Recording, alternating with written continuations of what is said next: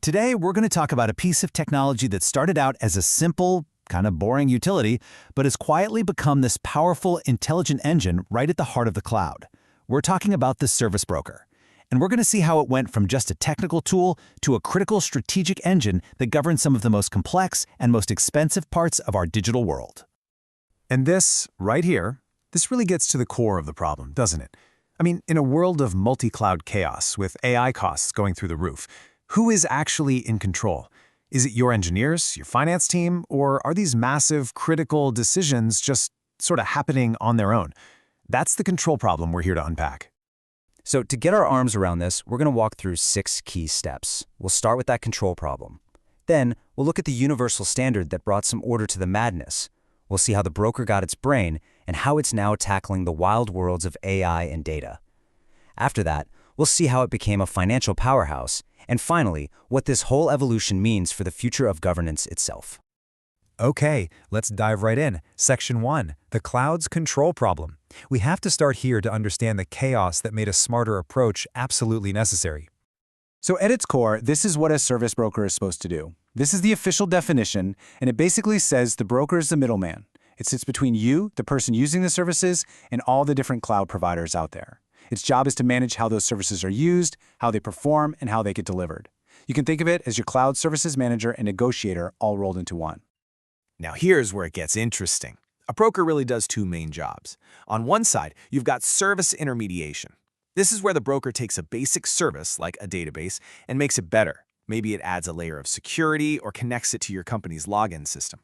Then on the other side, you have service aggregation. This is where it takes a few different services and bundles them all together to create something new and simple to use.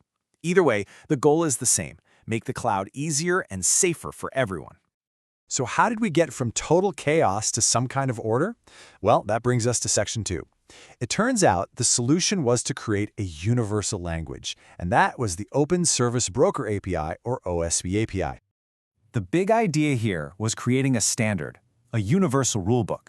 The OSB API basically told platforms like Kubernetes exactly how to talk to any service provider. It didn't matter who they were. All of a sudden, the command to ask for a database was the same everywhere. And that, right there, was a total game changer for taming complexity. And you can see just how elegant that standard is right here. The whole life of a service is boiled down to 4 simple, clear steps. First, you discover what's even available, like looking at a menu. Second, you provision it. You order it up. Third, you bind it to your app, which is how you get the keys, the credentials. And finally, when you're done, you deprovision it, and everything gets torn down cleanly. Simple, predictable, and it worked everywhere. But, just having a standard wasn't enough. And that gets us to Section 3, the broker's intelligent upgrade. This is the really exciting part. This is where the broker goes from just following rules to actually making smart decisions. This is where it gets a brain. And here is the night and day difference. The old broker was basically a vending machine. Its only job was to check, is this service in the catalog? And if the answer was yes, it handed it over. But the Intelligent Cloud Broker, or ICB, is way more proactive. It asks much smarter questions, like, what's the best service for this specific job when you consider performance, risk, cost, and our compliance rules? The whole focus shifts from just, is it available, to what's the best overall value? In this table gives us a peek under the hood at what that analysis actually looks like. The ICB is constantly crunching data from all these different angles. It's not just looking at performance metrics like response time. It's also weighing reliability for business continuity, governance factors like security and data rules, and of course the economic impact, the cost. It's making a complex, multifaceted decision every single time a service is requested. So where does all this intelligence really make a difference? Well, let's look at Section 4, Taming AI and Data Streams. This is where we see the ICB applied to some of the most complex, dynamic, and frankly, most expensive challenges in technology today. Yeah, when you're talking about machine learning as a service, the stakes get incredibly high. We're dealing with ridiculously expensive and hard-to-find resources, like NVIDIA H100 GPUs. The workloads are spiky and unpredictable, so you can't just sign up for long-term discounts. And if you get it wrong, you are wasting an absolute fortune on GPUs that are just sitting there idle. A simple, old-school broker just can't begin to handle this level of complexity. And what this really means is that the game has totally changed. For these AI workloads, the broker's job isn't just about finding the cheapest price anymore. It's about strategic capacity management. It has to know where these super rare resources are, if they're available right now, and how to grab them in a world where there just aren't enough to go around. This new intelligence is also being used for another modern challenge, these crazy complex event-driven systems. And here we see the rise of the event catalog. The best way to think about it is like a library's card catalog, but for all the data streams in your company. It's a central place that tells you about every event, what its data looks like, who owns it, and who uses it. This gives you something called semantic governance, which is a fancy way of saying you're governing the meaning of your data. And this is a perfect example of the broker's bigger role now. It's not just an infrastructure manager deciding where things should run anymore. In these advanced systems, it's also a data governor. It's ensuring that the meaning and the quality of the information itself is consistent and trustworthy as it zips between hundreds, maybe thousands of different services. Okay, so this leads us straight into Section 5, the broker as a FinOps engine. Because all of this intelligence and governance has a huge financial impact. And the broker is now the key to turning your financial strategy into automated action.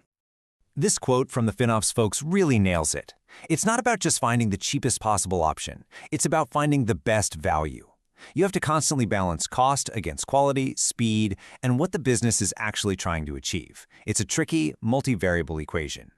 And the intelligent broker is the thing that actually solves that equation over and over again. It is the execution layer for your FinOps strategy.